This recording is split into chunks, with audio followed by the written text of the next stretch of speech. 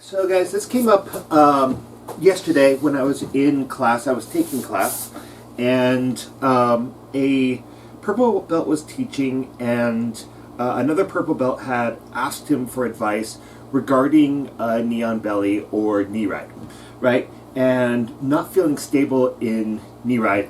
And I was looking at him, and I asked the question, and it was maybe a little flippant of me.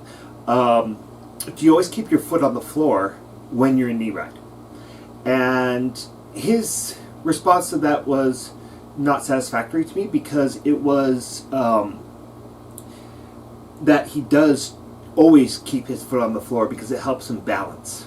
And so I wanted to go ahead and talk a little bit about stability in knee ride, and that's why I've got this physio ball. I just bought it, and it's bigger than I wanted it to be honest with you. This is a 55 centimeter.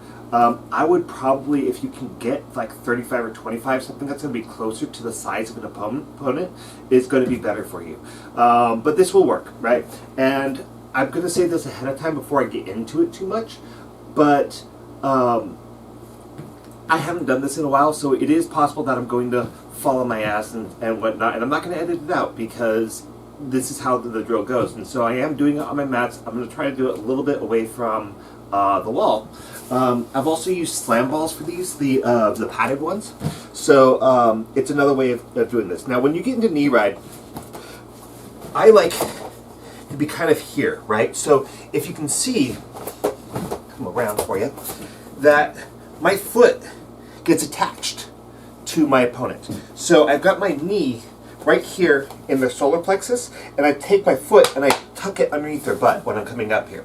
And my position, again, I've got my post out here, and I don't necessarily want to have a lot of weight on this, because if all my weight is on this, then it can't move, right? If this is where I'm putting my weight, I'm also not putting any weight on him, right? So our 3 points of contact for any position are going to be pressure, connection, and being rooted into the floor. So my being rooted in the floor, I've got 2 points that root me into the floor. This post and my knee, right?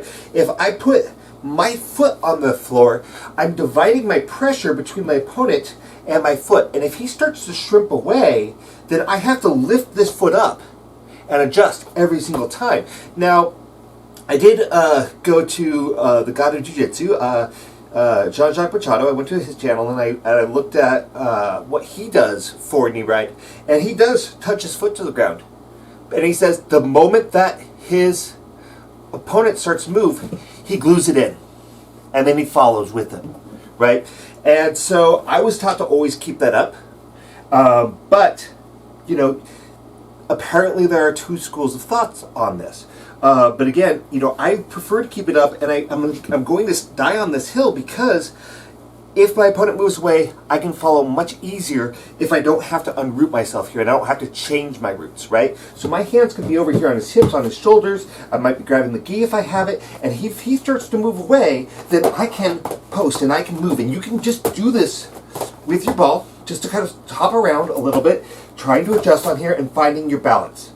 Right? This is going to move more and more erratically than your opponent is going to. So if you get good at doing this on a stupid physio ball, then you can do it on a person, right?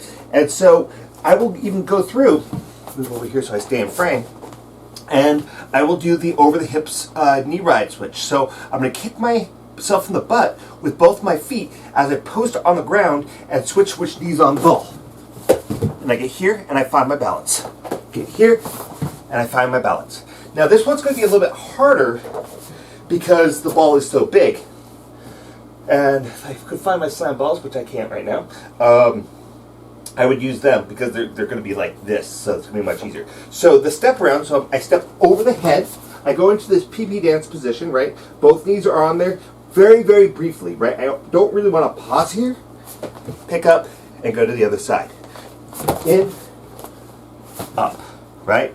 So that is kind of where I want you guys to start when it comes to finding stability with knee on belly. Is, again, doing something that's going to react to you, like using a tool if you don't have a partner to do it on. Because if you're just always waiting to do it on a partner, or you're only doing it in live rounds, well, you're not going to necessarily get better. You need to do proprioceptive training, right? The training of your own body awareness, and that's going to help you a lot, right? So another thing, when it comes to retention of knee on belly, and I would rather have a person for this, but I don't today, is that if I have my foot on somebody's belly and they start to turn into me, again, I believe I've shown this, where I will get my knee in between the this bend right behind the kneecap, right? I will get that on my opponent when they've got their knee on my belly, and then when my knee pokes through underneath their hips, I'll put my arm here or here, just some way that I can connect to this, right? And then I'll load them up on top of me and lift up this leg. They'll have to post. When they post and I've got this leg high, I can remove that post and sweep them, right? So if somebody starts to turn into you when you are in knee ride, that's going to be your cue to probably do that step around switch side, right? So if they're starting to turn in, I change my side so that I can flatten them back out, right? I could potentially like underhook their leg and push them, right? And get back into that position if they're trying to. But the other thing is that I don't want them to strip away. I've mentioned that before.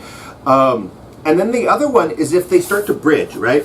So they're on this side, they got their knee on my belly. They might start to bridge and take you this way, just like with that escape, right?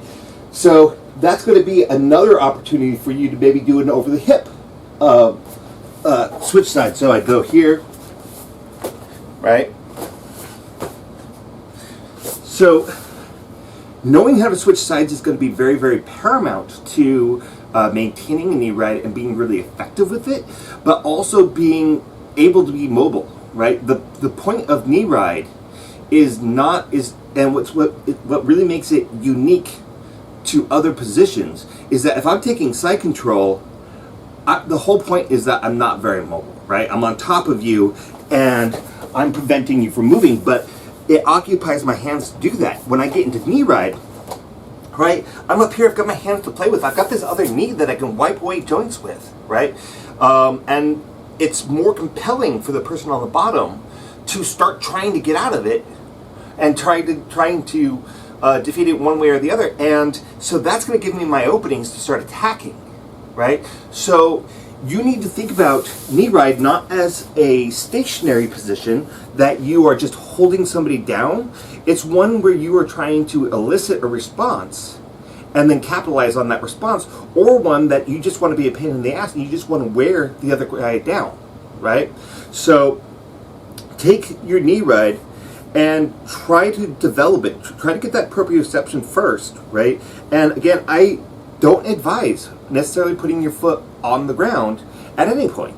But, if somebody's starting to move, if they're trying to defend it, I definitely don't want that foot on the ground, right? Unless I'm doing a switch side right over the head, because it has to come down in that case. But if they're starting to strip away, I want to be able to follow them, right? I want to be connected to them all the way through. And if my foot's on the ground, then I have to, again, I don't just have to move this foot and keep chucking along. I have to move this one too. You see how when I'm doing it right here, right, that I have to pick up,